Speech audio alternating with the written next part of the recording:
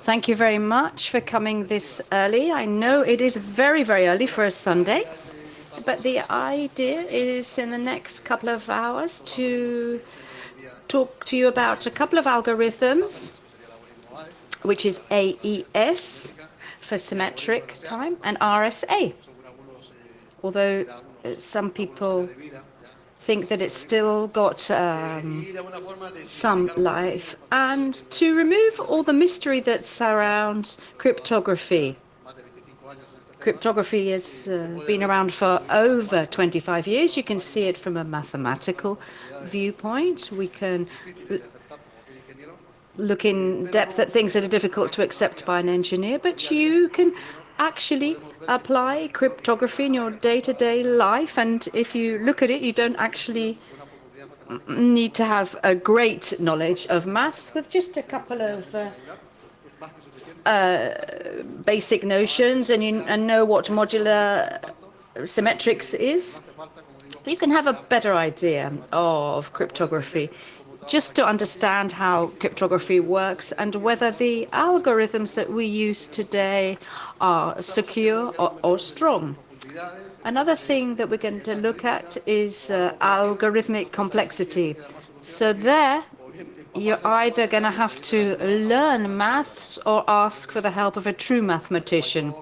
We'll be talking about white box, but to understand cryptography that we use today, the standard kind of cryptography, it's sufficient just to have a couple of notions of maths, and it's a way of telling people, yes, you can learn cryptography without needing to be a mathematician. Before I start, I've been told not to move too much.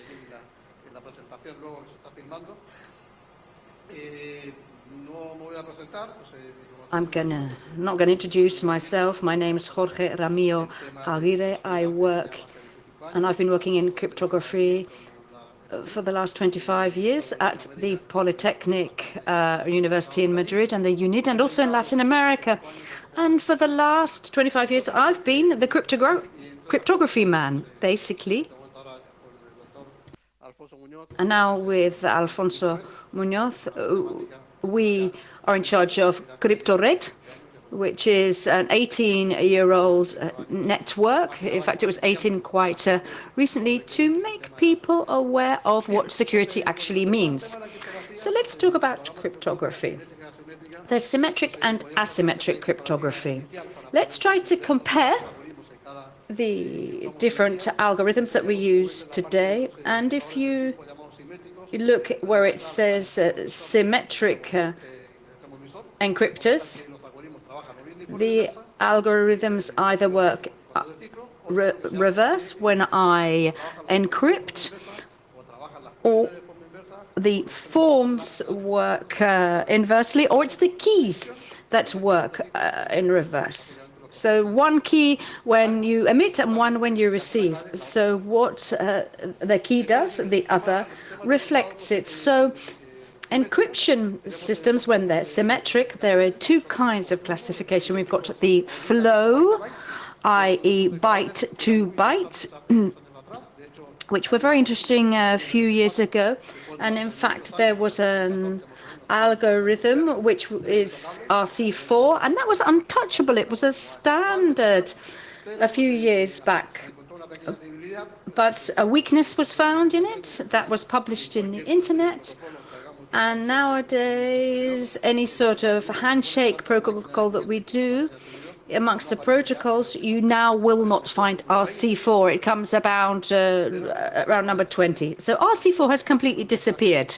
It fell on bad times. Another flow encrypt. There's another one that was very interesting until about 2000, which is called A5.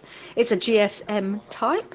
We're, of course, now working on different, but it was vulnerable to attacks, and it could force our mobiles to work with GSM because we'd lost coverage. We think it's a network problem.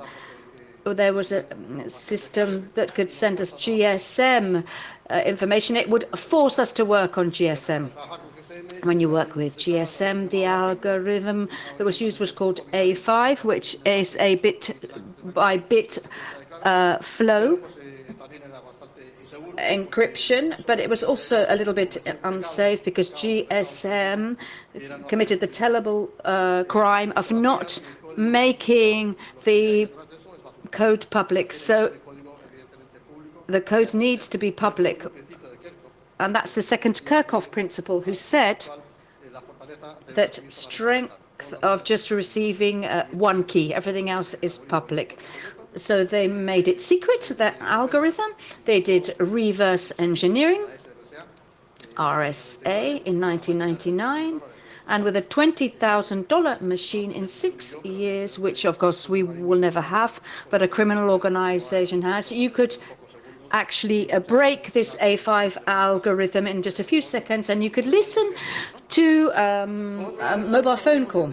So these are the flow algorithms that are sort of exiting stage left at the moment, but they might get a second kind of use because they're very fast algorithms.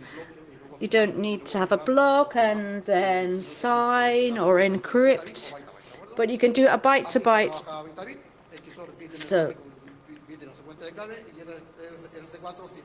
So we've got RC4 that encrypts a byte to byte, and with each byte a message. Let's now look at the next block, which is called block encryption. We've got remainders of algorithm DES, which from 1996 onwards was no longer standard. We still find the triple DES algorithm, which is still used, obviously not in internet. The most recent ones I've seen are in Firefox, but since 2012, 2011, 13, so for last 5 years you won't get triple DES in any internet communication. A different matter is that when you go to the security scheme, the security setup, you have to encode a high character level data. You can either work with IS 206 and some with 3 DES. So some apps do use triple DES, but it's very slow, and it's far slower than the IS algorithm. So, as you can see, we're going to look at IS algorithms because it's probably going to be a standard until 2014. And then when we talk about public key systems or asymmetric, is that there's 2 keys, one in the emitter system and the other in the receiver system. This was started in 1976 when 2 Stanford researchers, Marty Hellman and Wilfred Diffie, proposed something that revolutionized cryptography, which is called key exchange. In 1976, we already had quite powerful algorithms, such as the DES algorithm, which had 57 key bits. But there were others, such as Lucifer, used in the UK military, which had 158 key. And the problem was the next. We had a very good algorithm to decipher information, but we didn't know how to send the key. So here I'm in Santander, you're in Madrid, and how can they send me the key? They either brought it by hand, which is the sort of thing that happened with the Enigma machine in the Second World War, but otherwise there was no definition way of following. So in a protocol system, they looked at a way of exchanging a key between emitter and a receiver in a computational manner. Of course, you can break it, but in practice, you actually can't. If you use the keys with the 2048 bits today, if you want to try it, these algorithms, the only solution would have to be a brute force attack. But it's virtually only the way of breaking them. So it's because it's an exponential one.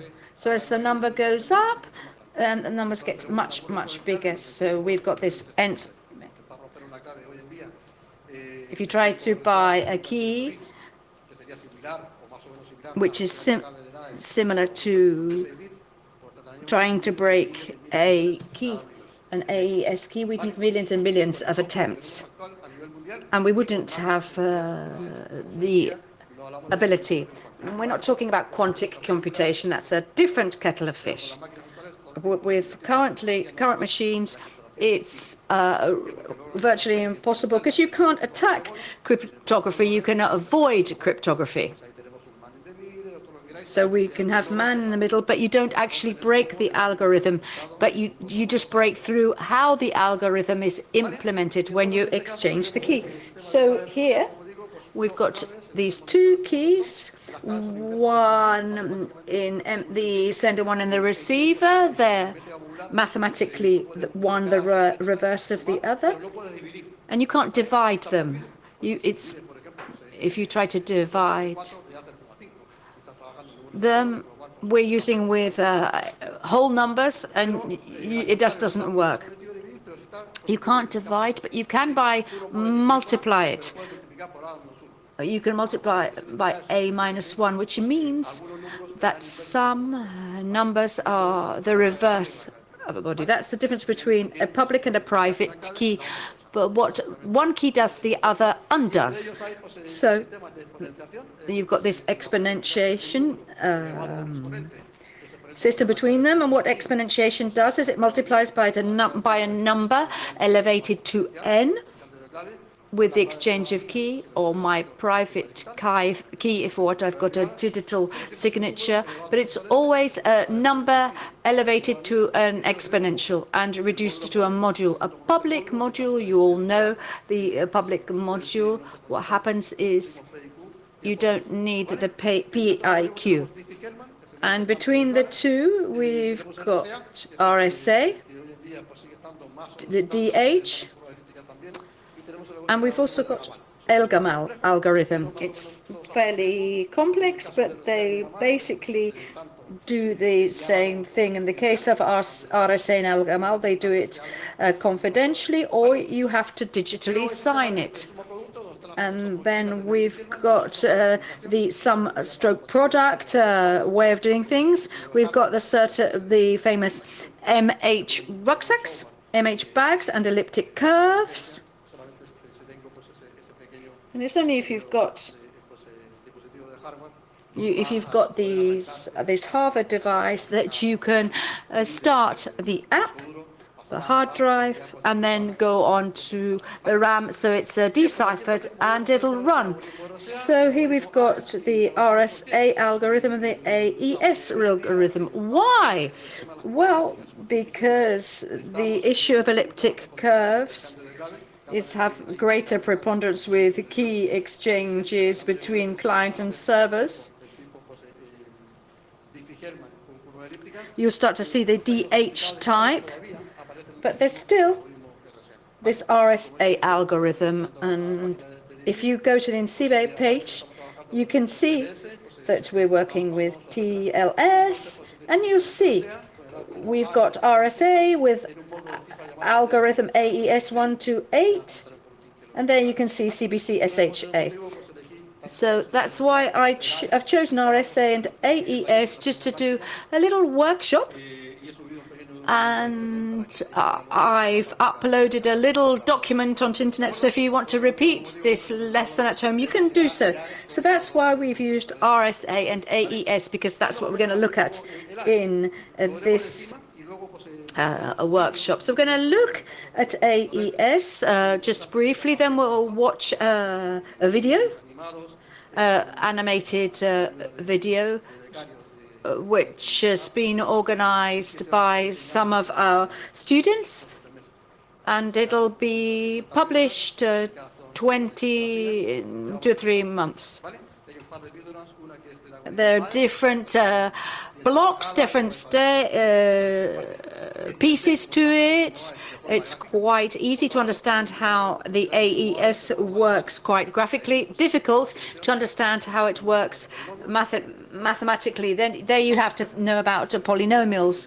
That's far more complex. If anybody wants to know about it, in the address, the next talk, you can see my email address and an article that I wrote which talks about the polynomials and how they work with the AES. It's a bit of a pain, but if you want to see it, you can do so. But it's easy to understand it graphically, AES.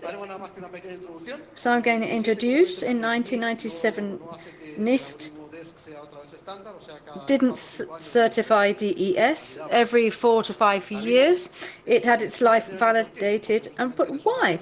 Because in 1997, 1998, some attacks called Desk Challenge started, in which RSA, the asymmetric cryptography company, which was the de facto standard at that time and still is today, adapted to the size of the key. We're talking about keys of 128 bits, and because 512 bits was considered stratospheric. So RSA, what it did was it adapted to the times and gradually increased key size. So a few years ago, we used 1,028 bits. Now it's 1,048 bits. I know algorithmically that's fairly poor. Would it be better to make a new algorithm?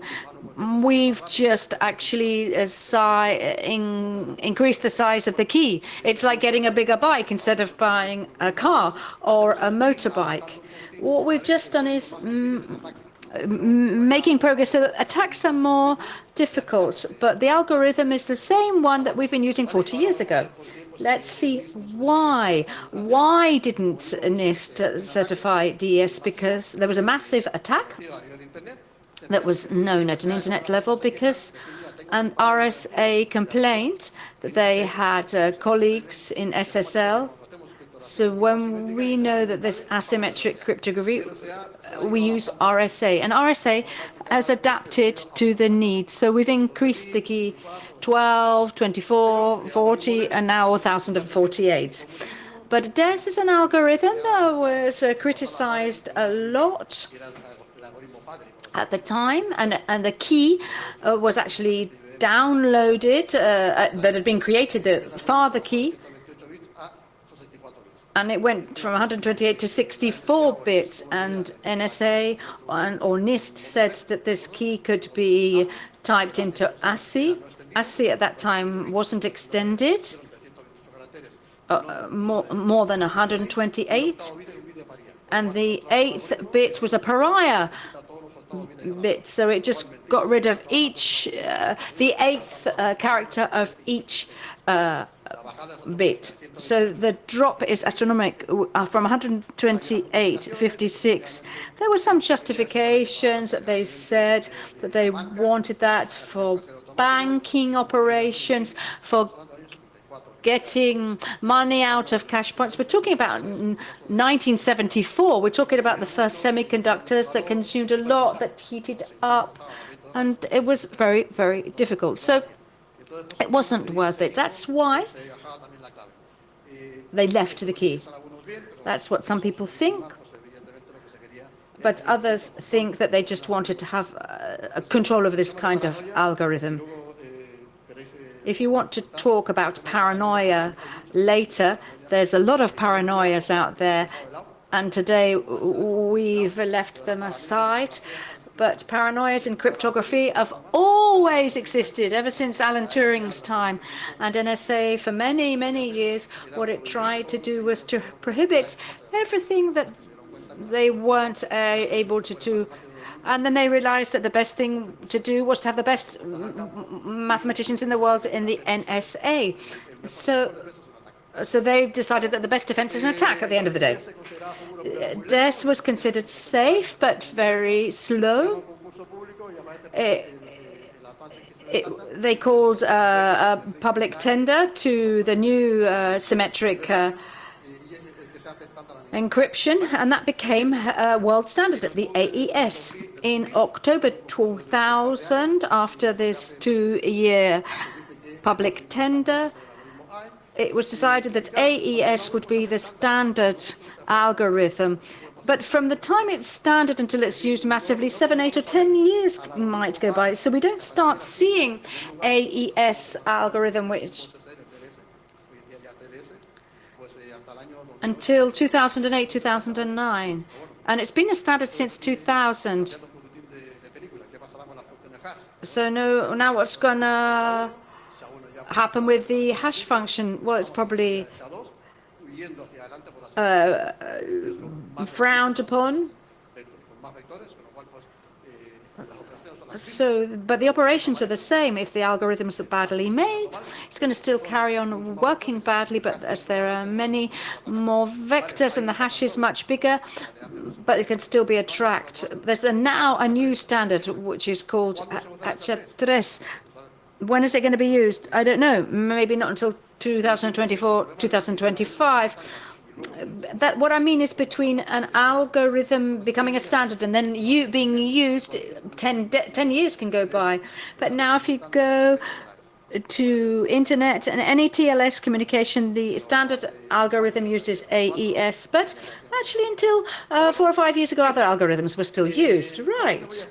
I'm just going to explain why AES has become so popular and why it's going to be the standard until 2040. And instead of looking at slides, we'll actually watch a video which is a lot easier to understand. So what happened with DES? Well, there was a world attack called a DES challenge. And in just 2 years, between 1997 and 1999, there were all sorts of network attacks. Because a symmetric algorithm can be easily attacked because the key is a number, so I can look for it myself. So I look for it in all the different fields. It's not too complicated. But if we all look at it and each one goes to a room until they find the key, and then they tell us, oh, I found it on the 4th floor, here it is. And that's what happened. So it's easy to do a mass attack, and that's the problem with these algorithms. That's why we need to have a key today of 128 bits, or more or less. Otherwise, it can be broken because it's divided by n. So the end of all of this, what we decided at the end of January 1999, the key was broken in less than a day. Algorithms that supposedly are have a strength that are going to last for millions and millions of years can be broken in 1 day. Just 100 people connected to internet, they managed to break it in just less than 24 hours. So of course, that requires time, and this is the number of keys per second that were being calculated during that time. And in 1999, so they managed to get to a rate of 1 per 150 million per year. I like this, and people say, why is it so secure today to work with 128 bits? Why don't we use 256 bits? You have to realize what a key actually means. The DES algorithm that was broken in 1999, we had to go through the key. The key is just 1. If it was 4 bits, it would be a number between 0 and 15. If we trial it, and I think of a 0 to 15, and you say, is it 8? And I say, no. Is it 4? No. Is it 5? Yes. If we do that on several occasions, how many times are you going to ask? On average, 8. Maybe sometimes you'll get it right the first time, and sometimes you'll get it right after 4 times. But on average, if the number's got 4 bits between 0 and 15, then on average, every 8 questions, you're going to get probably the right answer. But in this case, in 22 hours, they need 40 hours. So the key space goes from 000 to FFFF. So you're never going to go through the whole of the key space. If you find it easily, you get it quickly, but otherwise not. So half and half average, you take about 40 hours. But then you've got the Moore law, which says that every year and a half, computation capacity is doubled. But there's a limit to that, because the Moore law can be multiplied by 100 or 100 million, but you can still need all these years. So with this computational capacity of 1999, with everything that happened back in 1999, and you multiply it by several millions every time a year goes back, according to Moore's law, doesn't multiply it by 2, but several million every 2 years. So this X number comes so big that the only thing you can do is put it to 2 elevated to 64. Do you know what 2 elevated to 64 is? Well, the size of the universe is 2 elevated to 37, and it's really impossible here to break. So we're talking about quantic computation. So it's virtually impossible to break this encryption. So it's meaningless to say, oh, wouldn't it be great if we had encryptions that went up from 128 bits. There's no point. Even if you had all the world computational centers working for millions and millions of years, it would be possible to get the average. Because security is computational, which means that probably it's very difficult, probabilistically, it's difficult to break the key. And until that'll happen day after day. Okay, that's what it is. So it's virtually impossible. It's very, very difficult to break this, unless you've got brute force. So let's look at this on a video. It's far more fun. I've got a video here somewhere. I've downloaded 2 videos for the CryptoRid page, and the document that we're going to use a little later on. If you type in what you can see in the screen, you'll find it. I saw there was a mistake in the middle of the video, so I changed it. So when you download it, I removed the accent. And if you go to Twitter, it won't find you this page. So I've had to have 2 documents, one with the accent and one without the accent. But anyway, you can get this document, you download it. One is about the AES algorithm, and the second part will be about RSA. So any questions before watching this video? Yes, please. There's a microphone out there somewhere. Otherwise, it's very tiring if it's just me talking.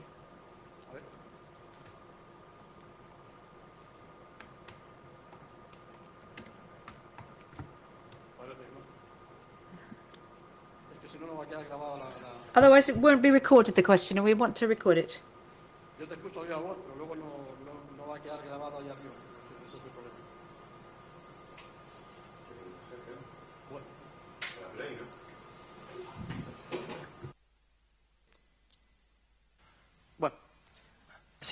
Okay. Good morning. You're talking about quantic computers, but without using this kind of technology, although some companies do have it. What about these CPUs that are be used for Bitcoin mining? It has been improved quite a lot. Yes, you're right. The CPUs,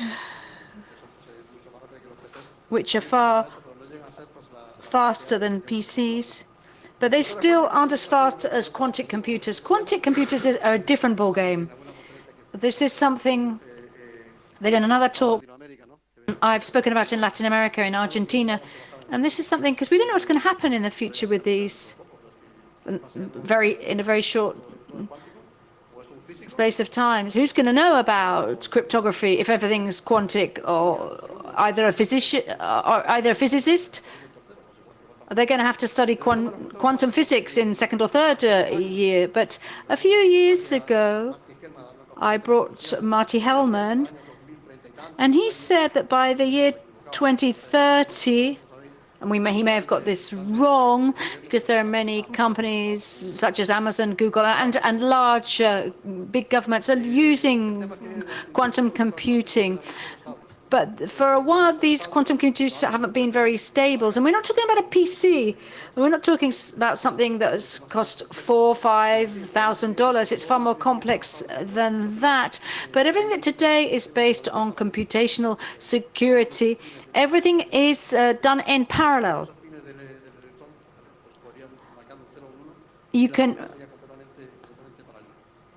Everything is done in parallel, so you could get hundreds of thousands of trillions of calculations per second. And this, of course, is going to change the world of cryptography in the future. And I'm hoping just in 10 to 15 years for now, like i.e. for the day after tomorrow, many banks are concerned about the security side of things, because as I said, they could have a problem which what I'm going to explain to you now. I mean, so, you know, the days may be numbered for this kind of research. In Europe, it's 2020. Almost all the projects in cryptography are in post-quantum cryptography. Post-quantum. What will we do after the war, after the Fourth World War? All these systems today are very powerful regarding the conventional machines, the ones that we know. But when talking about quantum matters, that will be different. I'm not an expert on that. It's quite complex, but many people are working with qubits, and the computation is totally parallel. I don't know what will happen in the future. I have my doubts. But I think people are interested by this. It's about philosophy. Today, people speak about this quantum exchange with a fiber. And instead of BT bytes, it's photons. And this exists commercially already. But there are no algorithms to sign and encrypt in a quantum way. When this happens, the key exchange will not be computationally secure, but mathematically secure. When you know perfectly that between you and me we exchange the key, then we will communicate. Nobody will intervene there. If anybody reads and sees the spins, the vertical polarized or the horizontal polarization, you will see if anybody has entered. But states are not going to allow for you to have 100% security. So about quantum techniques are being researched. Maybe in 5 to 10 years we'll have that. Not for us, but for big governments and for big companies and bodies, and maybe some criminal bodies too. Unfortunately, I can't answer you this question. Any more questions, or we will talk about AES algorithm? Let's see this piece, the video. Crypto network. Pill number 30. How can you crypt with AES algorithm? The birth of AES algorithm. In 1997, the NIST opened an international competition to develop a new standard symmetric algorithm to replace the DES. It was fragile because there were many attacks sent by RSA, the DES challenges. The new algorithm will be called AES. 15 candidates. And after 2 years, at the end of the year 2000, the Winner is Rijndael by Vincent Rickman and John Damon from Belgium. Features of the AES algorithm. AES is an advanced encryption standard with 128 bits. This is the description. It uses the state matrix 4 by 4. 16 cells or bytes are changing in value according to the processes executed by the algorithm using substitution and permutation techniques with polynomial operations in a body. All the encryption operations are done on bytes in words of 32 bits that are written from top to bottom and from the left to the right.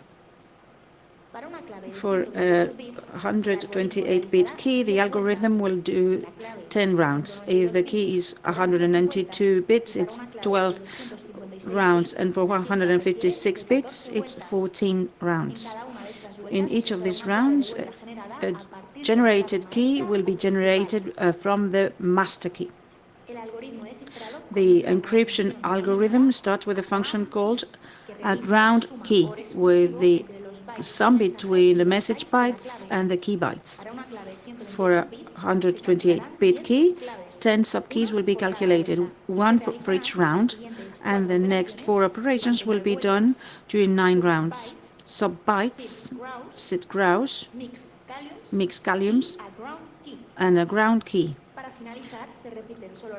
Only the operations that subbytes, sit grouse, and a round key are repeated. This gives you a matrix with 16 bytes, which is the first cryptogram. For the decryption, we have to go we need to do the inverse path. The inverse, mixed galliums, subrouse, and ground key. And so it's the other way around. The subbytes, sit grouse, mixed galliums, and a round key. In the subbytes operation, there's a substitution of each of the 16 bytes of the matrix through this table. The operation sit rows is a permutation of the rows. The state rows of the first row doesn't turn. The one turns 1 byte, the second turns 2 bytes, and the third turns 3 bytes. Mixed galliums, it's a bit more complex. It's multiplying each of the columns of the status matrix with a fixed polynomial. A round key function. This is the or exclusive sum of each round with the status matrix values. The generation of the keys of each round of the AES algorithm. To generate the 10 subkeys necessary for AES figure of 128 bits, we need the key expansion function. To modify the status matrix through the root word operation, turning the first byte of the matrix, then apply to this resulting word the subbyte operation, and later on summing or exclusive this word with a word that is 3 positions behind, with a vector called as rcom, different for each of the 10 rounds, originating the new word of the first key. Then 3 times the sum or exclusive is done between the new word and with those that is located 3 spaces behind. It's the key of round 1. This process is repeated until we get the 10 necessary subkeys.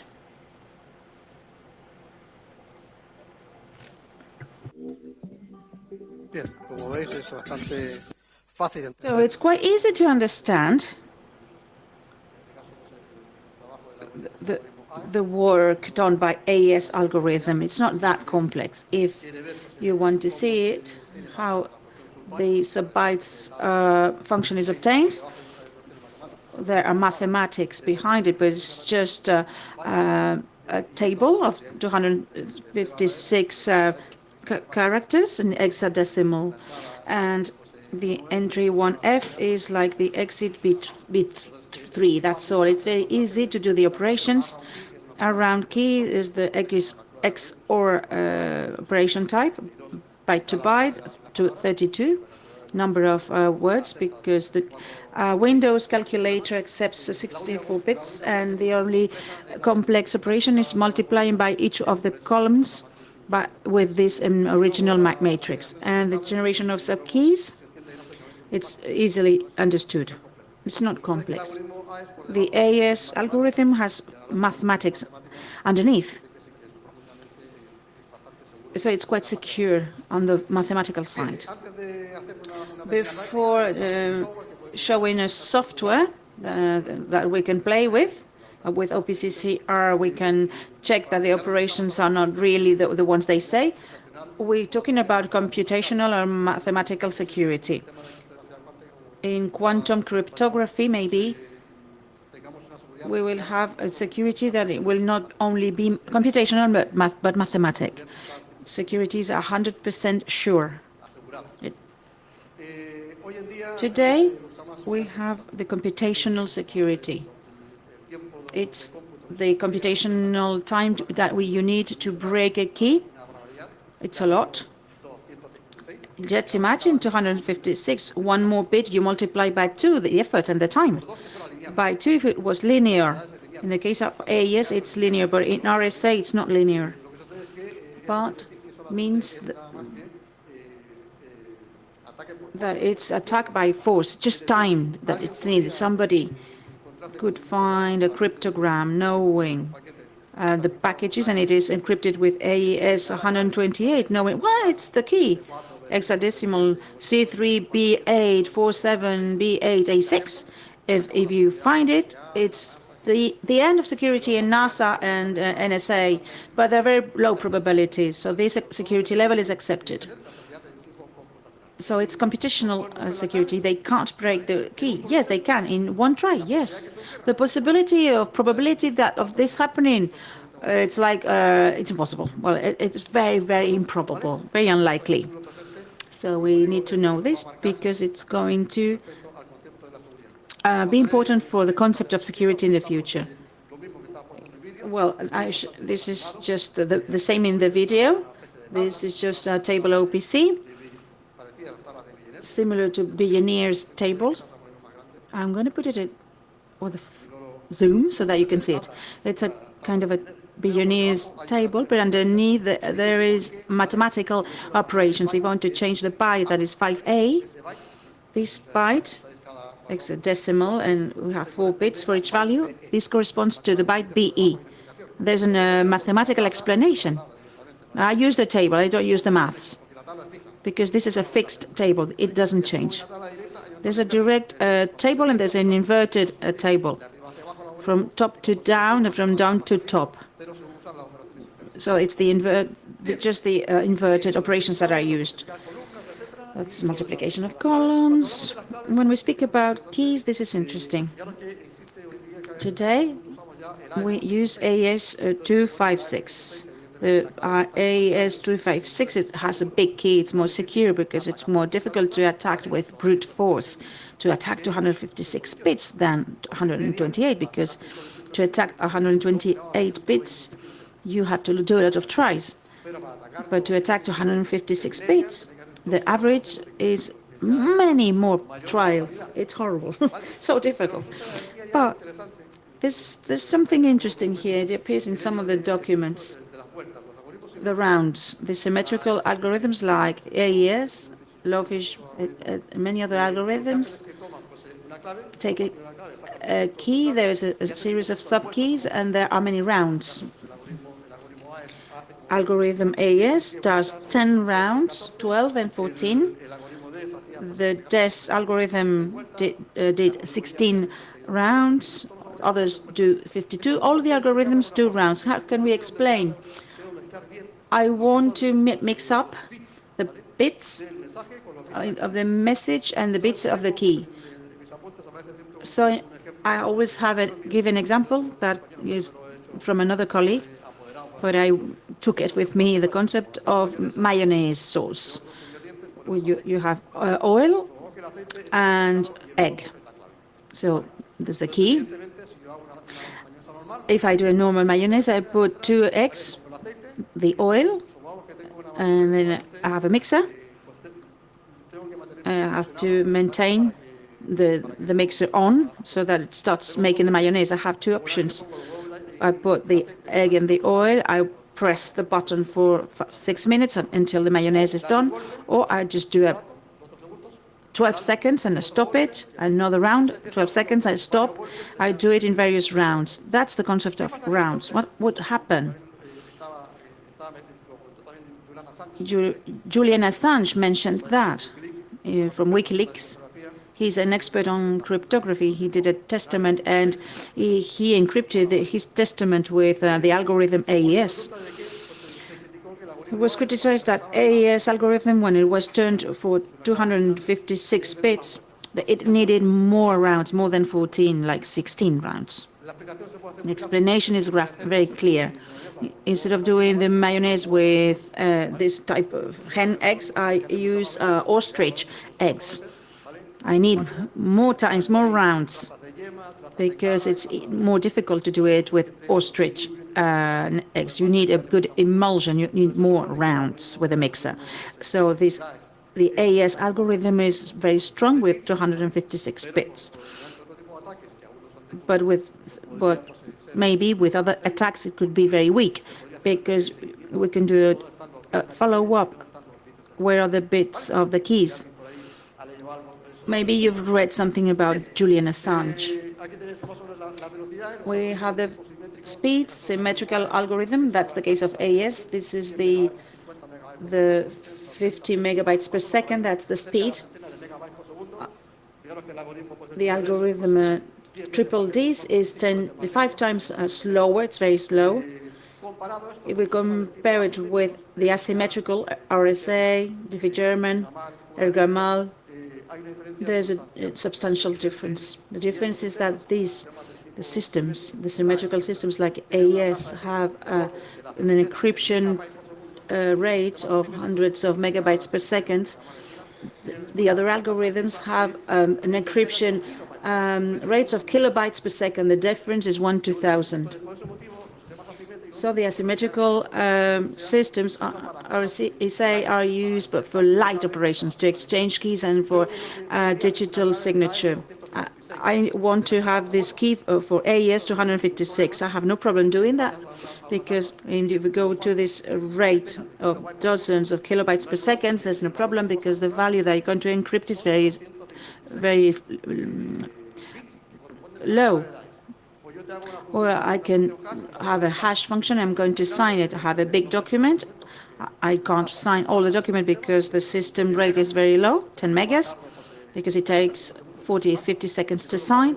I do a hash. I compress the hash with another 256 bits with a rate of hundreds of kilobytes per second.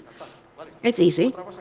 But then if I want to send a lot of documentation that is encrypted with RCA algorithm, I use symmetrical cryptography for digital signature, so that I know what is the server that is more secure. That's a kind of digital signature that I check with VeriSign, with Serena, another certification that I have in my machine. And then I send this server a session key. These are 256 bits that my AES algorithm are going to run. It's going to run. This is done in the asymmetric encryption. But when I get the page from the bank, and they have this first snapshot, I have animated elements. I say, no, please send me the last 10 movements, not this page. So there's an exchange of very heavy information. I do symmetrical cryptography with AES, with a key of 256 bits that we have exchanged with asymmetric cryptography. That's the difference. People ask me, why do you work with symmetrical systems with 128, 192, or 256 bits with AES, but when you use asymmetric cryptography, we have thousands of bits? Well, what happens with asymmetrical models? Do we need to know the answer? Nobody has looked into my notes. Anybody knows the answer? When we work with symmetrical systems, it's from 0 to F. So I'm working with 256 bits. The key could be anyone. The AES algorithm accepts all the keys, even 2 zeros. It could be zeros or Fs, so it's 2 to 156. It's a lot. And each key is possible, from all zeros to all ones, whatever. Each key can be there. But in RSA, it's based on 2 prime numbers, T and Q. The digital certificate shows me the module in the workplace where the Amazon or the bank works. The website is secure. This is the product of 2 prime numbers. How can I break the RSA? Well, it's very impossible to do it today, but in our exercise here we can do it. An option was to factorize. The secret of the bank is that, in fact, there's a couple of prime numbers, and I only know the product, 244 bits. It's very complicated. I need to factorize. If I factorize, I break the secret value of this digital certificate, and very rapidly I can find the private key from the public key. Okay? So the asymmetrical systems are thousands of times slower, and we use them to exchange information and sign the asymmetrical digitally, because there's key exchange, and to encrypt information we use the symmetrical algorithm. I want to keep an encrypted document in a partition of my drive. I do with AES and with other symmetrical algorithm type, because sometimes it's too slow. In the asymmetrical systems here, you can do some exercises and practice. There's a software called AES-FIR. IOSphere. I'm going to show it to you now. If we go to Google and we ask for AES-Sphere crypto network, it's a software. We click here and we can download it. It's a couple of students who've done this, but it's Java. You can download it and install it. We have a system to do cryptographic exercises with this type of software. It's here. I'm just looking for it. This is the exercise.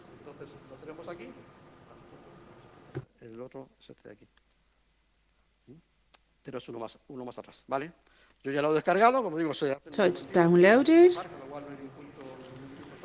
There's no installation requirement. Double click here.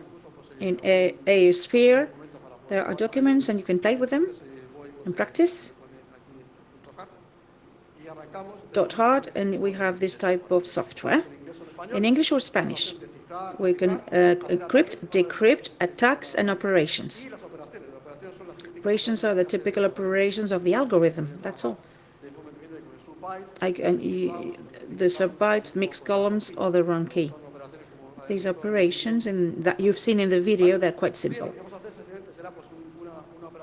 And this is an encryption and decryption operation that we're going to do, similar to what you've seen in the document that I uploaded into the internet. It's quite simple.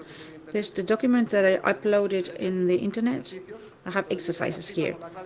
The hexadecimal, you have all this on the screen. Here, what we can do, we can run any type of hash calculators that you will find in the internet. There's LavaSoft, and some of that we use with our students. The sentence was that chica de Ipanema, that's the bus.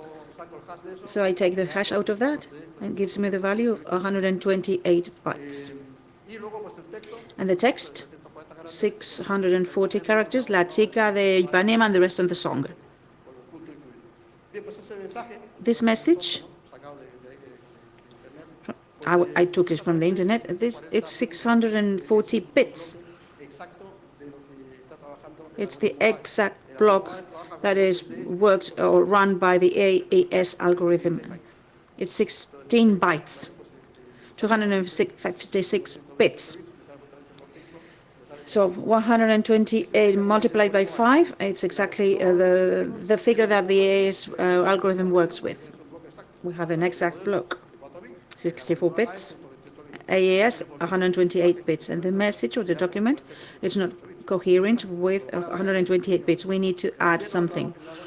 It's the DES algorithm, it was a set of zeros. In the AES, it's the amount of bits that I missed that I need here. You need 10 bytes. I will give you 10 repeated 10 times. You need 6 bytes repeated in the last block. So 06 multiplied by 6 times. So I have 10 that is repeated 16 times. But this is by default. Even if the document has an exact value of 128 bits multiplied by n, I need always the missing parts. The message is exactly the same until the dot, 640 bits, that's the full value of, and then plus the necessary bits that were missing. The filling. Let's take the text. Let's Control C. We get to the software. I'm going to encrypt something.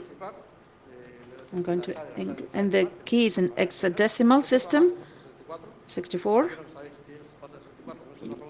It's a typical question. This is asked at university, and people say, I don't know. I copied it. And this is a way of using systems that can be compatible. All digital certificates have this format, but once I have this, I have the plain text with a document. If I'm working with OpenSSL, I cannot do it on the screen. I just need to introduce a document with a file, txt. Well, so we have the full text from here until the point, the dot. Control C, and this is the text AC type of text. Control V. So with the Control V, sometimes it happens with Windows, and the cursor is here. There's an enter, and there's one more byte, so we have to be careful. And everything is encrypted in a modern cryptography, so the cursor is there. And I know that there's a file with an exact value of 128 bits. Base could be 24. We can put it into a file, or hexadecimal. 64 is very typical.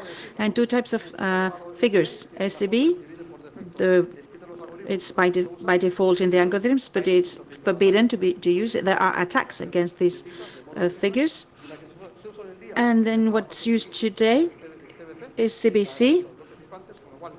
So I have two keys, the one I type and another one that is called initial vector. Could be secret or no, or not. You can associate it with OpenCL system. You introduce salt. If you introduce salt, then you introduce random values in the hexadecimal. So the key is not that simple, as you can imagine. So CD mode. The ciphering could be direct encryption will have the direct result, or step by step, it will show me what it does in every other round. Direct result, because we are late. Exit. I will have this exit, the output, in base 64 format with OpenSSL. You'll see exactly the same, but the command is a little bit special. We won't do it, but I'm going to show it to you. Here, the filling, that's the plain text. And here, this is the filling of the necessary bytes. If 10 from hexadecimal goes to decimal, you need a filling. But I need 16 more bytes because it's the 6th block, and everything is full of fillings. And as we do this type of ciphering operations, We have it here. Lo tenemos en este documento. También podríamos hacer algún tipo de Here we can do some encryption operations, in this case with OpenSL, a bit complex and heavier. I'm going to show it to you. This is the operation with the SSL. This is the decryption process here. We have the SSL operation. Win32, Win64, doesn't matter. You can download OpenSSL, will be the program. AES, the algorithm, minus 128, the number of bits that you're going to use. CBC mode, or whatever type of mode, we use CBC. But there's another mode, the counter. And there's more, a new mode called Counter Plus.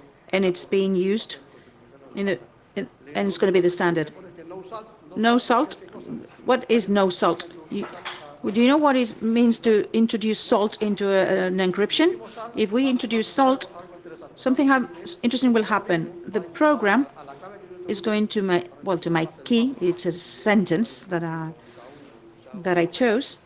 Why it introduces extra hexadecimal figures, so it's very difficult to be attacked.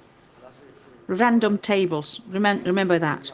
If I have a password that is 1234, there's a hash function. 5 is 1, and we have a whatever value F5, B3, C4. We put it in Google, and automatically there's a number of pages appearing. So this is within a database of hash functions that are well known. But if I add salt, a plus 1, 2, 3, B4, C3, 1F, obviously this is nowhere, in no database. We add salt. In the AES system, adding salt is very useful. You introduce a key, La Chica de Ipanema, that's the text. You encrypt the message, and it's a cryptogram. You re-encrypt with the same key, La Chica de Ipanema. The first initial characters say, I'm the AES algorithm, I'm working with SSL, the initial command, and then there's the cryptogram, which is completely different. Nobody knows it. Don't add salt so that you can use your key that you're going to introduce. So there's the entry text is one CyberCamp. This is 640-bit text in TXT, and the exit is an AES algorithm.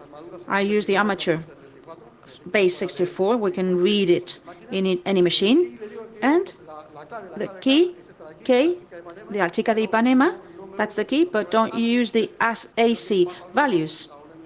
M5 is what I prefer. With M5, that's the one you use as a key. Okay, so you do enter and that's it. So, as I said, this is an exercise. If you want to do it, you can do it without any kind of problem. Let's move on to the second part of this presentation.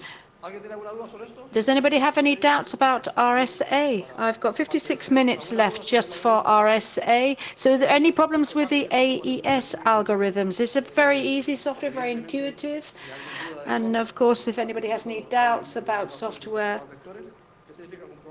you can check vectors. What I mean by that is that any kind of software that becomes standard, the NIF and other algorithms publish a document which says if you put as an entry 0000 and you end with FFFF and you work in CBC mode and the initial vector is 111, you'll get this. What they do is to give you a set of inputs and outputs so that you can check that it works. And the software has an initial part where you can check all of this, and if you don't agree with it, you can download the NIST document, and NIST will tell you how it works.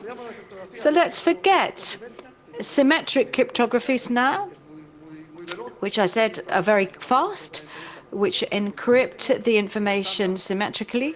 And the standard until 2040, until NIST, is going to be the AES algorithm.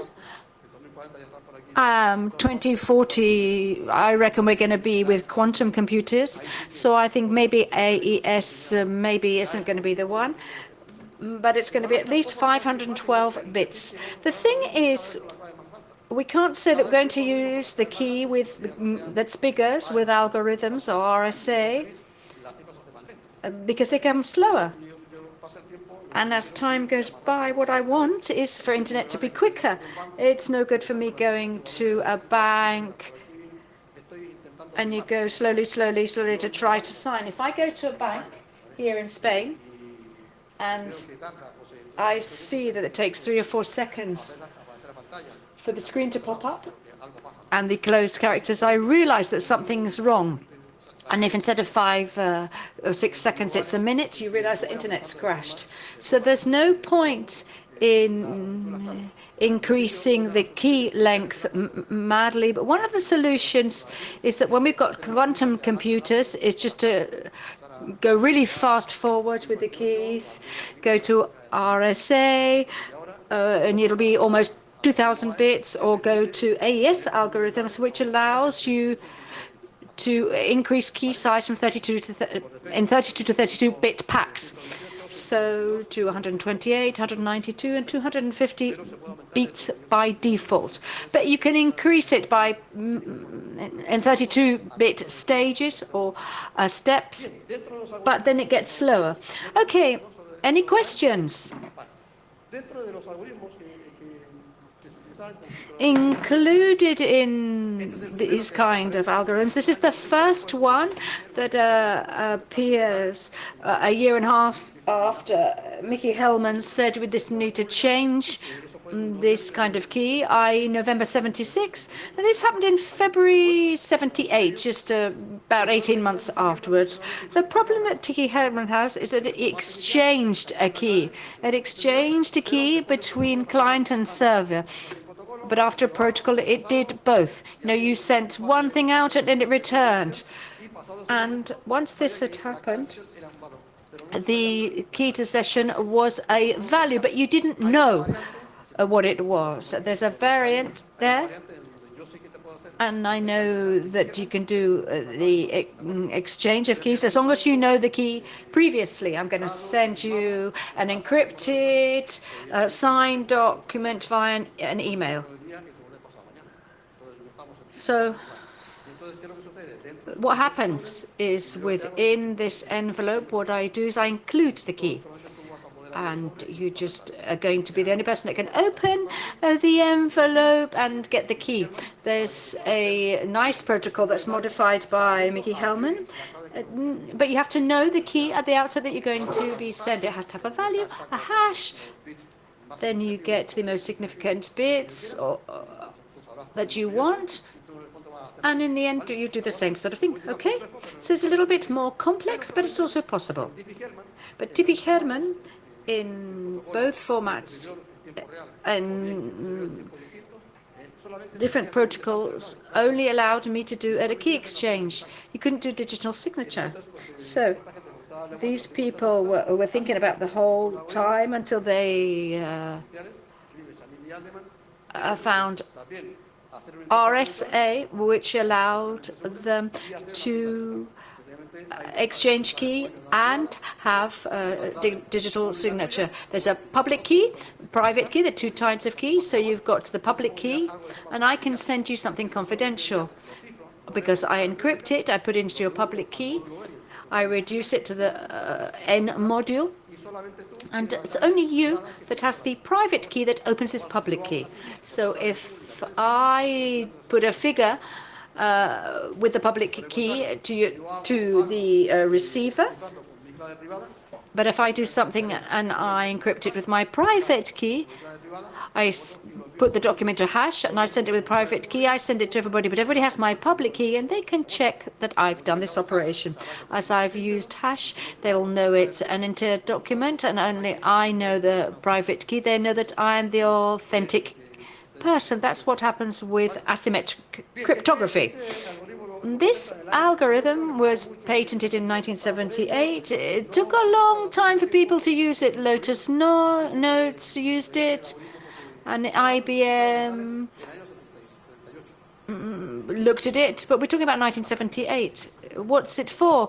It's for people to sign. What does digital signature mean? People didn't know, but people gradually realized, and this standard is now used worldwide. So let's look at a little example about what happens with a key exchange. Here we've got quite a funny story about two lovers. In this case, it's Alice and Bernard. Alice and Bernard want to send a very personal document, Alice to Bernard. How can you do that? Even though a messenger gets it, nobody can read it. It's very easy. It's the box example. I have a bulletproof box with two locks on it. So Alice puts her secret message to say, oh, we're going to elope at 5 o'clock tomorrow morning, and she closes the box with her lock. And then the messages take it to Bilbao, and it's easy to open and close this lock. So it's a padlock, and you send it via messenger. You can do the same thing with two padlocks. What does Alicia do? She opens. So that's what deciphering is. It's removing the padlock. But you need Bernardo's key. You take Bernardo's key so they get the message back. So it's gone on 3 trips. Nobody's been able to see the message, and only Bernardo knows that this document comes from Alicia. But the thing is that anybody could put a padlock on something and click, but opening the padlock is private. I'm the only one that's got the key to open the padlock. So you can say, oh, all right then, okay, if you close the padlock, that's a public operation, you encrypt it. Let's say opening the padlock is deciphering. So closing a padlock anybody can do, but opening a padlock only the person that's got the key can do it. So if you put that into a cryptographic example, saying that Alice closes the padlock, sends it to Bob. Bob sends it back to Alice. Alice opens the padlock. You can do that with the Caesar algorithm in mode 26, but you may well not get the message, because you have to do things in order. Because if I do something and then I close the padlock, you have to then open it. But if you close the padlock, I have to open it. So you've got to do it in order. So you can either sign and encrypt or encrypt and sign. But if I first encrypt and then I sign, first you have to check the signature and then you encrypt, then you decipher. But if I sign and then I encrypt, you get the message and then you decipher it. So you have to do it in that order, and you have to, that's the only way to check to see if it works, if things are done properly. Here we've got the example of how the RSA works. We've also got another video here, a 4 to 5 minute, and then the same thing. Each user chooses a PIP or Q number. Well, you may want to have a 300,000 bit number, but no. But a number that's 2,000 bits or 1,000 bits is easy to find. It's just milliseconds. So these twos are multiplied, the P and the Q. Multiplying is something which a mathematician calls a polynomial. So if you multiply P and Q by, and each P has 4 bits, but if I have to then multiply by 4, I have to add them. But if it's 4 bits times 4 bits, it's not one thing. But if it's 8 bits by 8 bits, it takes longer. And that's what the machine does. It works with bit numbers, but it requires more time. So it's a kind of a linear relationship or polynomial relationship. If I put a number that's bigger than P and Q, you'll be having to work more.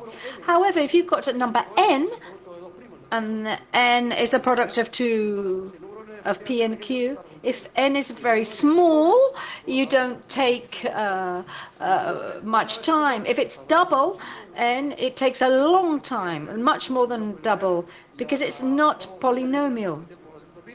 And you can have 300 or 400 bits and the curve goes up and it's exponential. That's what mathematicians call a polynomial.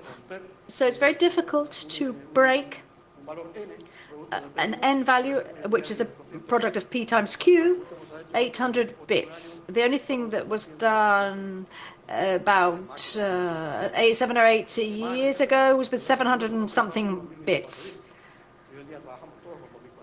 So we all work using 2048 bits today. It's very, very difficult because you need a huge computation capacity.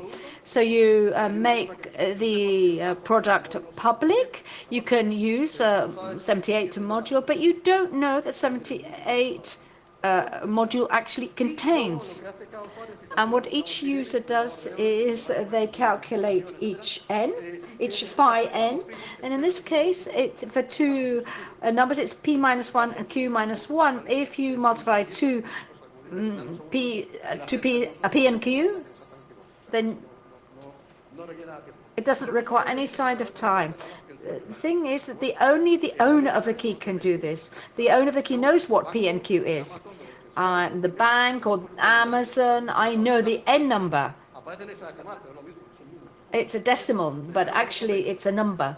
But I don't know p. So once you know that each user or knows the Euler indicator, we'll do this with the software. I can, if I want, give any public number 3, 5, 7, 6. It needs to be an odd number. However, to avoid everybody knowing any kind of key, everybody knows is the N4 Fermat number.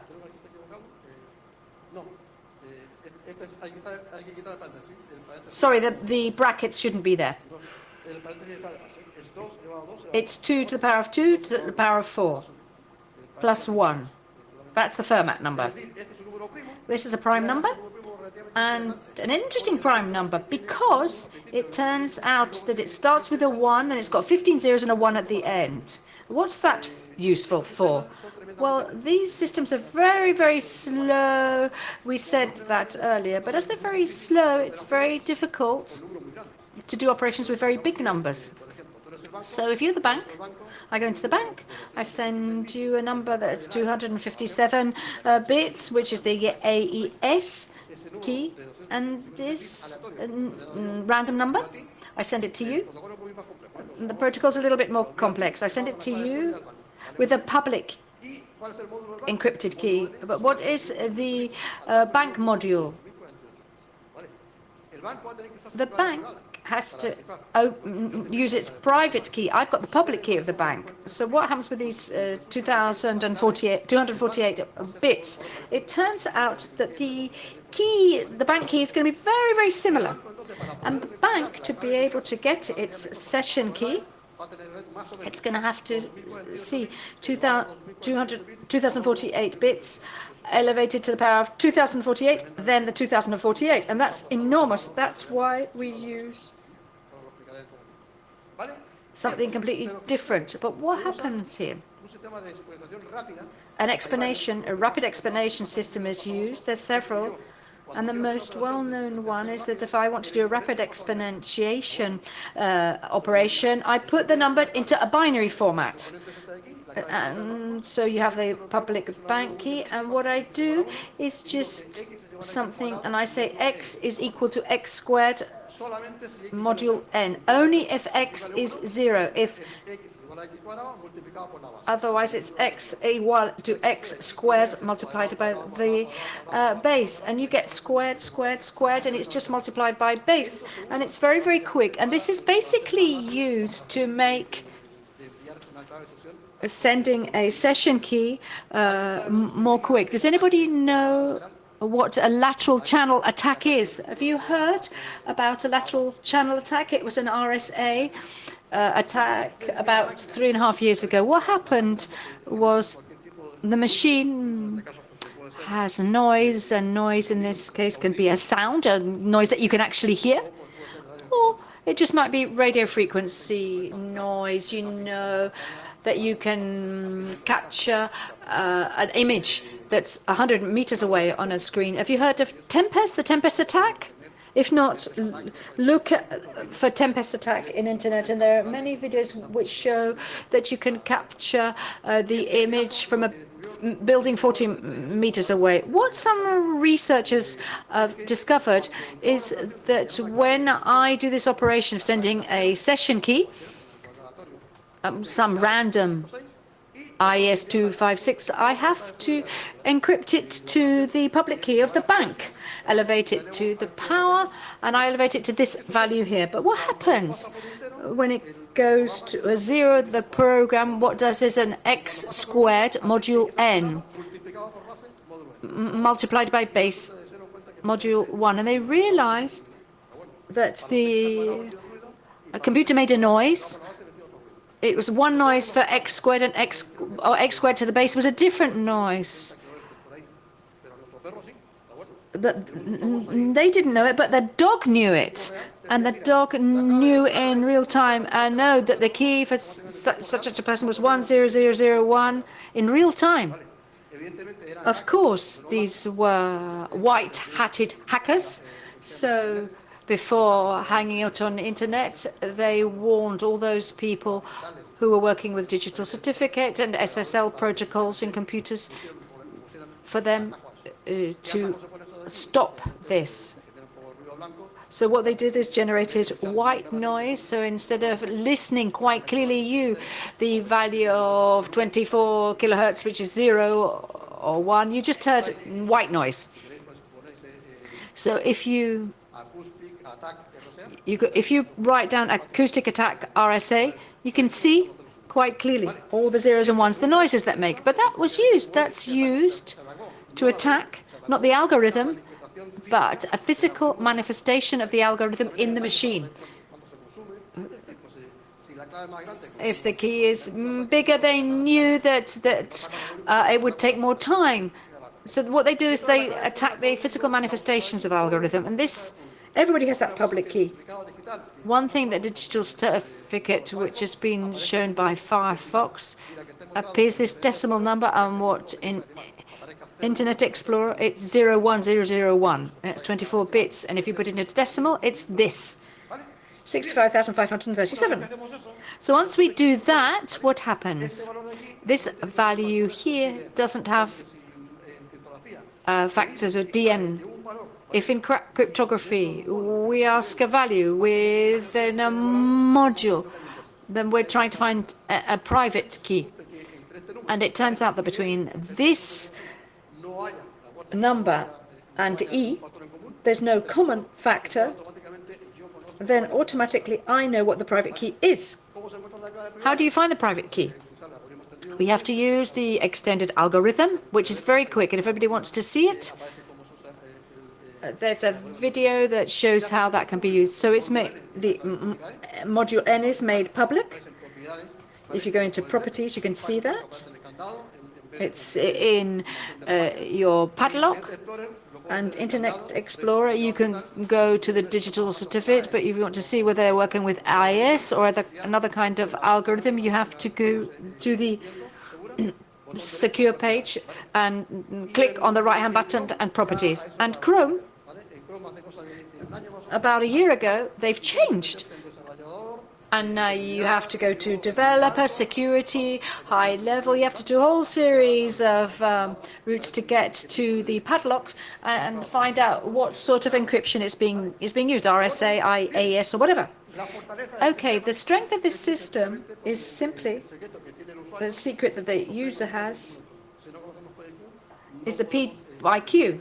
If we don't know the P by Q, we can't find the reverse, because the private key D, which is the bank's key or the secure website, is the reverse. And then you've got Fidene. I don't know Fidene, I know N, it's a lot smaller. So you can't know what it is. It's a madness to try to break this. You don't know it. If you did know P by Q, you'd be able to know Fidene and be able to calculate in just tenths of seconds. Here we've got the typical example of key exchange. Bernardo has a public key, which is E, in real values, 65,000 and so. It's got an N value, which is a public key. And then it's got a private key that he found and then sends it to Alicia. It's got the same public key and a public key and then a private key. It's what I said before. If I want Bernardo to send something to Alicia, they do it with the public key because only Alicia has the private key to open it. But if Bernardo wants to send something signed to Alicia, he does a hash so that the signature operation is quicker. They encrypt it with a private key and they send it to Alicia. Alicia has got the Bernardo's public key and their NB module. They can decipher it and check the signature. So the padlock story, if we do what we did before of closing and opening padlocks, doesn't work. So you have to do things in order. If I sign and I encrypt, it's because I'm sending something secret. If I sign and I encrypt with your public code, then you have to decipher. If I encrypt with the public one, then you first have to check your signature and then you have to decipher with your public key. What's the best thing to do? It's best to sign and encrypt or encrypt and sign. It makes more sense to encrypt and then sign, because the first thing that you're going to do is to check my signature. If my signatures are valid, but if I do sign first and then you encipher, you get the decipher and then you check the signature, it may well be that you find that I'm not real. So that means doing things in order, encrypting and signing. As I said, you've got to be able to calculate the reverse, how you do the operation of a big number. And in the case of OpenSSL, when you see the kind of RSA and look at the P by Q and the public key, you'll get other values as well. Coefficient 1, coefficient 2, and you think, what does that mean? It's used to use the Chinese challenge. When I want to send you a session key, 128 bits, it's very simple. It's this number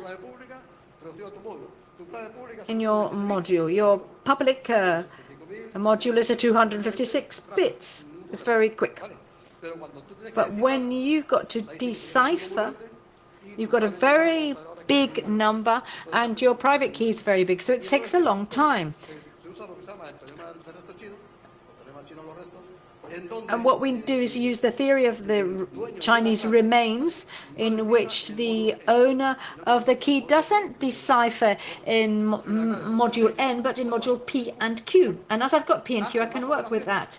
It does more operations, but they're much quicker because they don't just do it in thousands of bits, but just one. So they save 70% of the computing time. Do you know how this works? You can go to Crypto-Red. There's an online course, the RSA course, which was organized 4 years ago, and you can see how you can this key generation with OpenZebe, and you can see how you deciphering. Sorry. Having said that, we've seen how now we're going to move on to Gen RSA. This is another kind of software. So if you want to go a little bit further, there's another interesting program called Ring and Legend RSA. I've got about half an hour left, so let's now go to the practice software, and in a couple of minutes I'll ask if you've got any queries. How do I download this? You go here.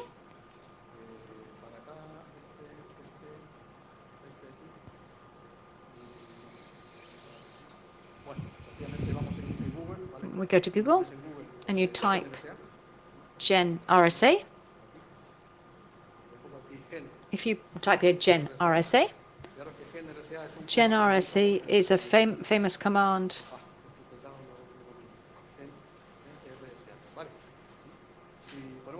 If we put Gen RSA, you'll see quite obviously that it's a command.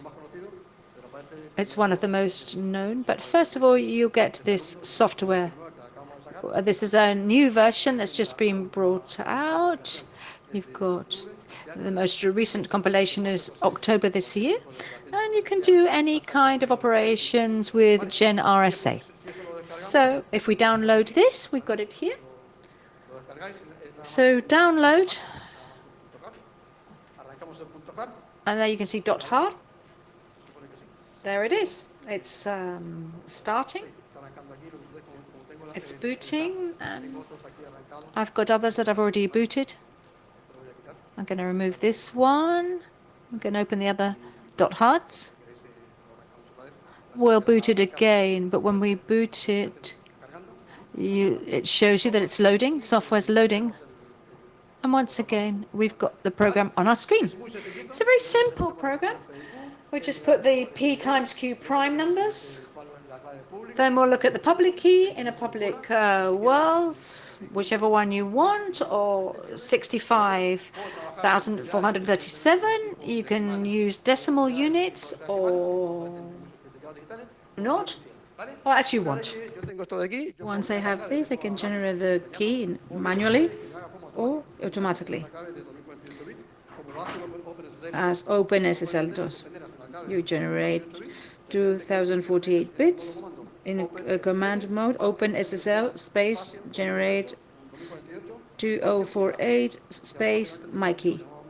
You have a file called my key, and it gives you the key. It doesn't ask you anything. It's 2048 bits, and the public key is the next number. That's it. In this type of programs, here, I ask an automatic key. By default, 32 bits, like decimal keys. But there's an interesting feature here, VDN, that the user only knows. I can force that the public key is always the 65537, not the smallest number. It has to be the odd number, because it has to be 1. What happens with P minus 1 and Q minus 1? It's a prime number, so it's one is it's even, and the other one is odd. I can force that the public key is this value, and they are the same size. OpenSSL does it by default. So automatic generation of the key. Here I have the 6 bits, 82 bits. That's the key. And now it's a bigger key here, 100 bits. And then we'll do series keys. 100-bit key. So the value is very small, 17 bits. The module is 100. What happens with the private key? It's very close to the end module key. So if I force my public key to have only 17 bits and turn it into 20548, it's the private key is 2047 or 2048. It's very difficult to guess. I'm going to generate another key to have different keys.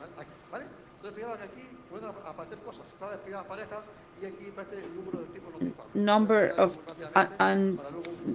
decipherable keys. Why OpenSSL doesn't take this into account? What are these numbers that you don't know, these keys, that do the same that your private key, these peer keys? This is a bank key. I would send in a secret way a session key with this number, reducing it to this module, and the bank with this value of this private key can only recover this, but you can recover it with this value and with these other values.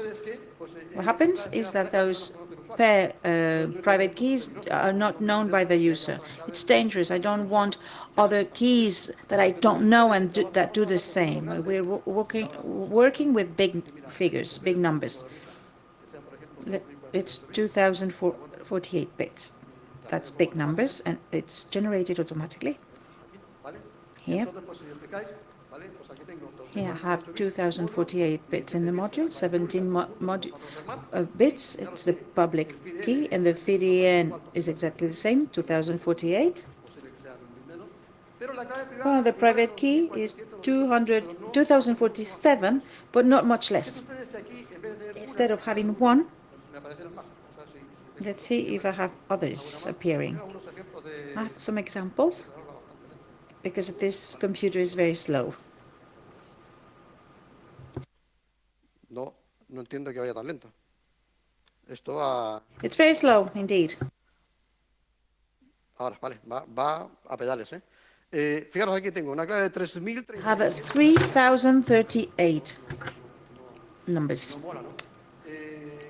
Quiero que hay que tener en cuenta con eso. Que aunque esta puede ser Even una clave though de cualquier this key could be a key for any bank, in fact, you haven't have those many that many private keys that in fact it's not very nice. It's not the optimum key. We have at least one of these pair private keys. At least we will have one.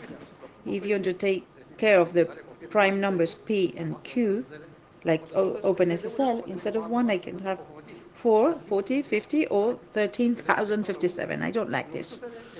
What happens is that those keys, the smallest one has the smallest one has 2035 bits. I can break a number of 3035 bits with brute force? No, I can't. I'm not worried about that. How can we minimize this to have just one? Because I love the optimal key. I click here and I say secure prime numbers. It's my prime multiplied by 2 plus 1 that is still prime. For instance, 23. It's a secure prime. The total is 23. 23 is a prime. It's a secure prime. There are strong primes too. There's a difference between both. But if I work with secure primes, this number is always 1. But if this is your key with 3037 paired private keys, well, your key is as good as mine. Yours is horrible because with this program. It's not very handsome, but OpenSSL, it's something that it's generating various keys with SSL, and 10 or 12 keys will have this pair private keys, but others will have more than 40. It doesn't use secure prime numbers. Otherwise, there will be 100% with one key, but it doesn't worry with that. I can't speak about paired private keys. If I explain this to a no IT person, maybe they will believe that this is a vulnerable key. This type of keys is not a vulnerability. There are many here. One of 3,000. All of them are in a kind of a cloud near the module, so it's no problem. The non-cipherable numbers are in plain because I'm going to cipher numbers that are in the module. These cipherable numbers are a value up to X and module N. I'm ciphering the numbers to N until -1. If I send the 0, I generate a random value for the key, 128 bits, and 0, 0, everything is 0. It's a number, it's valid. All zeros, 1. These are plain numbers. 1 up to module N is 1. If I did N-1, 76 up to, I don't know how many, module 77, it will be in plain. 3 in plain, another one. It's very simple, N-1, and then 6 others, at least, in plain text. And don't take care of the P and Q. Instead of 40, 60, I have keys of 30,000, 40,000. It's crazy. If I have 40,000 numbers in plain, I'm not going to give you the session key. I sent you 128 key with AES. I reduce it to the module 2048, and there you can find the key. La posibilidad que eso The ocurra possibility that this happens is completely improbable. es decir, que un número A number dentro de within 2048 bits, okay. If one of the keys that is here, es muy difícil it's encontrarlo. very difficult to find them. Uno de estos números One of these vaya dedicado numbers y are in que plain, sea un número de and it dentro has de to los be 48 bits. a number with only 128 bits. That's improbable, Pero very supongamos unlikely. But que aquí una if clave I'm generating a key, it's 5,000 non-cipherable numbers. Some of them are in the 128 bits, but it's quite impossible. que luego justamente el número aleatorio The random number that my machine has generated, it could be just one y ahí me lo queda eso. up to 128 probabilities. It's just a number out of the non-cipherable in numbers of the bank. It's totally impossible to find it. This is very academic. No se toman en cuenta This is not taken into account. So when we will generate keys with OpenSyscell, it gives me the prime Q, prime P, the module, public and private keys, and coefficient 1 and 2, and trabajar con el algoritmo, el teorema chino los restos, nada más. Pero no se preocupa de esto, the exponential. sencillamente no utilizando primos seguros. It doesn't use secure prime numbers. Hagamos, por ejemplo, un número de I have a number of 80 bits, yo voy a decir que traje con primos seguros. and then it says that I have to work with primes with secure prime numbers. I always have 1 and 9. 1 and 9. That's all. Entonces, si esto hiciera OpenSSL, tendríamos In OpenSSL, we would have optimum keys, but it's not bad to have a key here with a lot of hundreds of thousands of paired private keys and non-cipherable numbers. So I take the secure primes out. I have paired secure and private keys. It's easy. Once I know one, I know the rest. The non-cipherable numbers, that's difficult because you need to launch an attack with brute force. I need to know if these P and Q numbers are not cipherable or they are. Maybe an X value 0, 1, 2, 3, 4 up to P minus 1. Another X value 0, 1 until Q minus 1. Are they cipherable or not? Are they encrypted? Or I have to do various rounds of exponentials. So thousands of trials for P and for Q. It's totally impossible. Nobody can do that. So these non-cipherable numbers in a real key are not going to be deciphered.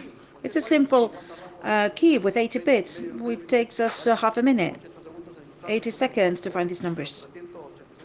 There's 387 because they are very low values, but we work with real keys with 128 bits. We can't discover those names. We just know 0, 1, or minus 1. This has no vulnerability, okay? Let's go to attacks. We have 20 minutes left. Do you have any questions for going ahead about this? No? Gen RSA, no attacks. I was here, yes. This is the attacks slide. What type of attacks for Gen RSA? 3 types. Apart from the attack I mentioned before, the acoustic one, based on lateral channel. If you can look for that in Google. It's a PDF document of 15 pages with photos. They were getting the signals with a telephone. It was very easy. You don't need to be a super spy in the NSA. We could break that with just a single phone. Factorizing the N number in PDQ. You can factorize numbers in 70, 80 bits. If I want to be more serious, I would work with NSCever that I didn't put here with MS2 in command mode. 320-bit key in a machine. You can break it in PDQ in an hour. Depends on the machine. 320 bits. 330 bits, it's 4 days. 340 days, 8 weeks. There's a software that you can download, NS7. You can factorize numbers. I have some exercises. If you want to see it, you can send me a mail. You see the exponential curve. You can factorize numbers of 320 bits. My PC took an hour and a quarter to do that. To factorize numbers, I'm going to use this software. If I factorize n in p and q, I have p, q, p minus 1, q minus 1, and I found the inverse number in nanoseconds. But it's very difficult. More than 800 bits has never been factorized. The problem of factorization is that you cannot edit it. You can just factorize. There's a lot of programs to factorize. 7 or 8, 10 programs, different for factorizing. Well, we do it one after the other. You can't stop. There's other attacks that are quite nice, but you can't attack. One is cyclic encryption attack. It breaks what I've done. I have a confidential message, this secret number. I send it to you with your public key. And you can only cipher that with a private key. If anybody has your public key, they can encrypt it, but it takes a lot of time. With your private key, it's very easy. But if they have your public key and you're the victim, they know your public key, your E and your N module. If anybody sends you a secret value, it's cyclic encryption. So it captures the cryptogram, and this value is put up to your private key. And it obtains another value. This value is activated to your public key in a cyclic way until it gets the first value. And he knows what's the secret. This allows you to do very nice attacks for 60, 80 bits in the lab. It takes several minutes. For big keys, 1,000 bits, it's totally impossible. And the other attack, it's the birthday paradox attack. You know what is that? You know what that is? You've seen it? The birthday paradox attack? Just 1, 2, 3, 4. Okay. It's very easy. It's not a paradox. Here, this is the board, and from 1 January to 31st of December. We get out of the room and you come back. My birthday is on the 4th of January. My birthday is the 8th of December. And there's one saying, I'm the 8th of December. Oh, it's already there. There's a collision. We get out and we repeat that 10 times. Probability that one birthday is already taken on the screen when 23 people inside is more than 50%. That's the trust level. So it's a paradox. 365 days a year. How is it possible that with 23 people, 50% probabilities that my birthday is taken? My birthday is 22nd of January. And maybe nobody here has got the same birthday, but I take a person at random. With 23 people, maybe there would be already a collision in the day of your birthday. You 8 January, 4 December, 4 December, not just one. This type of attack, it's not done into exponential n number of bits, but n halves. This is the hash function of 128 bits. It's exponential to 64. It's very low. So the birthday paradox attack allows you to do an attack where the number of trials is very low because the exponential is divided by 2. So so it's 365 days a year. You have a possibility to search that in Google, the birthday paradox.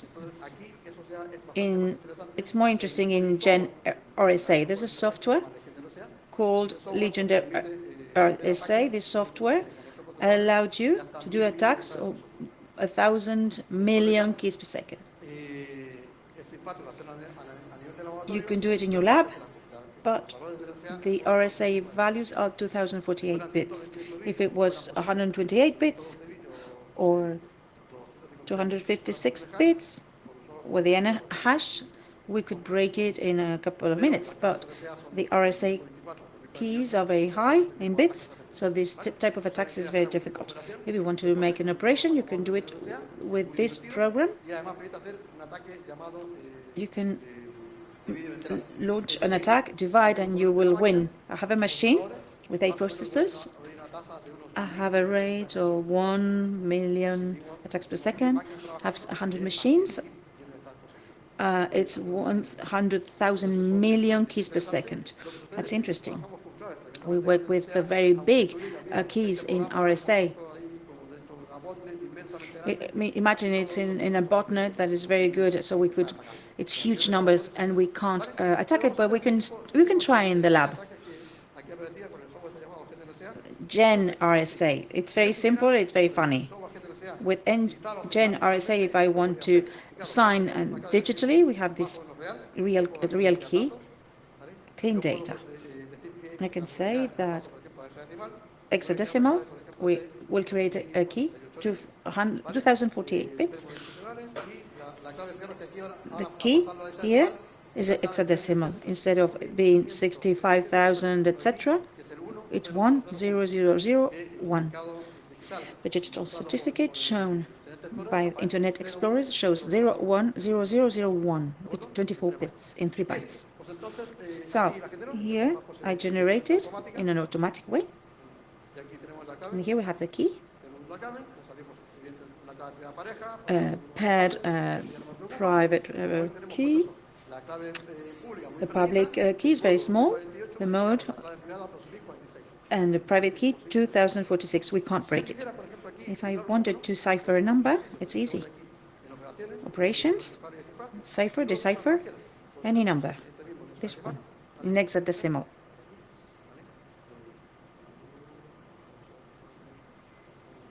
Just a minute.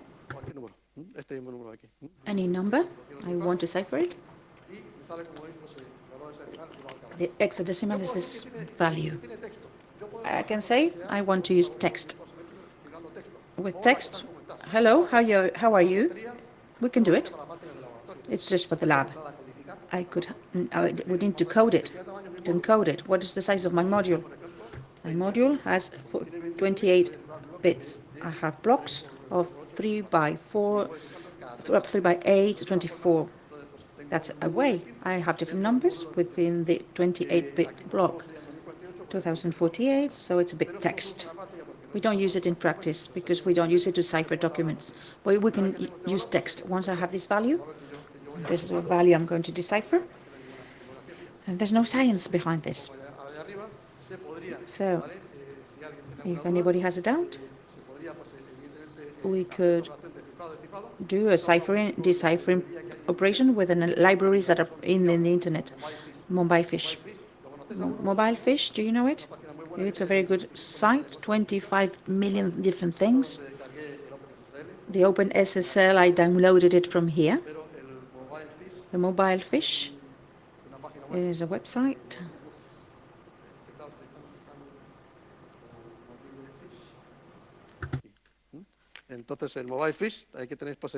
Here you have a website with 25 million things that you can do. Very interesting indeed. You can work with very big numbers. There are mathematical items that are really interesting. You can test these numbers with this software. Mobile Fish is an example. Attacks, that's the most important part, and I have little time for that. With small numbers, let's do attacks. It's going to be fast. We're not going to use a 2048-bit key. It's going to be fast. And I'm going to put the numbers. Instead of a hexadecimal, I'll use the decimals. Very small key. 48 bits. That's easy.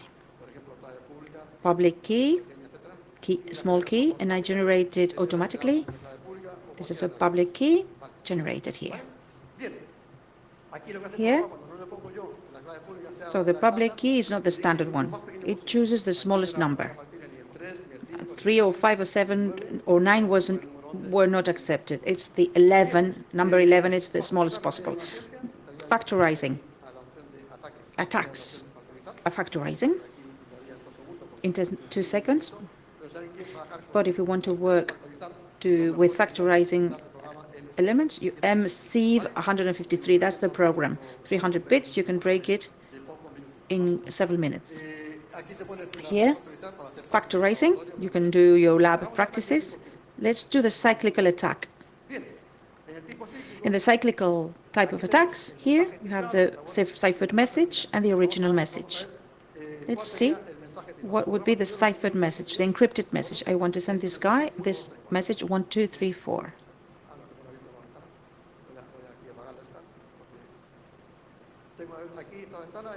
This window says, okay, the value I want to send is 12345. Ciphering data. This is a cryptogram, okay? This is a cryptogram. Control C. I forget about the figure. The message was 12345. Attack this guy in a cyclic way. The cryptogram was the same, 12345. I only know about the victim is the public exponential and the module.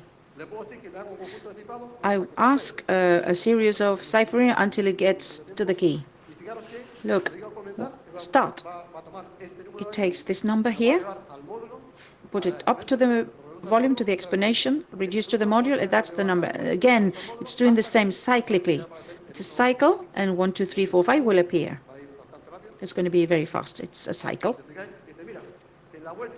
In round 80,900, I found 1, 2, 3, 4, 5. Until that moment, I didn't know it was a secret number. When I ciphered 1, 2, 3, 4, 5, I got 1, 8, 2. We had this big number. So the previous round was the plain text. So we found the secret without knowing the private key of the victim. It runs with small numbers, 100 bits, that's the maximum for the lab. But in practice, we work with big numbers, 2048 bits. So it will take centuries to break it. But it's practical. We can decipher it with a public key and not with a private key. If you love mathematics, well, in fact, it's because there are rings forming. Module n is 77, 7 by 11. What are the numbers of n module? And, well, 76, it's a whole ring. But when you do this cyclical attack, this full ring is divided in small rings, length 4 or length 8, with 8 different numbers. If I see all the rings with the numbers, we would have all the values of the full module. So according to what I get in the small ring or the big ring, it will take more time or less time. It's a concept of rings. It's not a vulnerability. It's impossible to break this with real numbers. And then the birthday paradox attack. What does this program do? I just need the exponential and the module from the victim. I don't need to capture any other data. In the cyclical attack, I had to capture the cryptogram, the message that was encrypted, and find the secret. In this case, I don't need that. I will start with any message, any number, 2, 3, 4, 5, whatever. It's advisable to work with 1, 2, because it's faster. So, the program takes the module, this number, is going to divide it in two parts. Half is left and half is right. The counters from 0 to n means, and the j counters, n means -1 to n -1. So I divided the n module in two halves, right and left. On the left, I have 0, 1, 2, 3, 4, 5. I'll take number 2, and we're going to be up to 0, and the result is 1. And I do it in a succession. I go to the j part. We have this other half, 340 million numbers, and I take 2 up to this number, plus 1, plus 2, etc. It makes all the operation. We'll have different results on left and right. When there's a collision between the two halves, the system has been broken. You know, the private key or the paired private key. Sometimes the number I can find breaks the value I started with at the beginning, but it doesn't break the generic key. So let's run it. It's going to be very fast. These are the operations done by the software, but this machine is quite slow. 2 million encryptions per second. If it takes too long, we can stop it. That's it. It's done. You see? It's a collision on J and E, the two halves, after 27 million encryptions. Very, very fast. So the private key is 34183. Let's see if it's true. It's here. No, it's not this one. I don't see the key. It says that the private key is that one. Yes, yes. 34123. I could have given the private key for this one as well. As you can see, it's very interesting, this kind of attack. And what's interesting here, it allows, well, what happens is that each computer sends the first number to target. And it sends the first J number. So all the computers that are in J are in N+1 that have target. And those that are in computer DI have the J computers as a target. So when there's a collision, it tells the server, and the server says they've automatically found the key.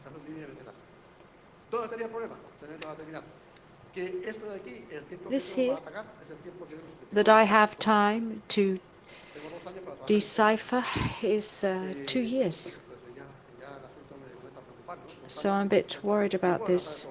I can launch this program with this software and go to the beach and wait for my mobile to ring, but that would be easy if it was a key of 300, 400, or 500 bits, but when it's 2,000 bits, it's impossible. You simply can't do it because there isn't sufficient computing time. But you can do it, and it's another kind of vulnerability if these programs worked with smaller numbers. I don't know if you've got any questions, because I've run over time. If you've got any doubts or queries, please send me an email, and I'd be more than happy to solve them. What I've explained here is, you can see, isn't so complicated as you think. It is very conceptual, but it's not very mathematical.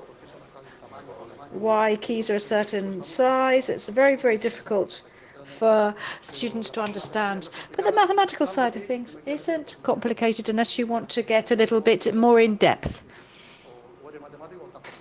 Either there you're a mathematician or you're lost. But it's very simple. You can see the strengths and the weaknesses. It's easy to understand how far our security can go. Any further questions? No? Okay, let's finish, because we're more or less on time. Let's leave it there. Any other things you want to ask, please send me an email.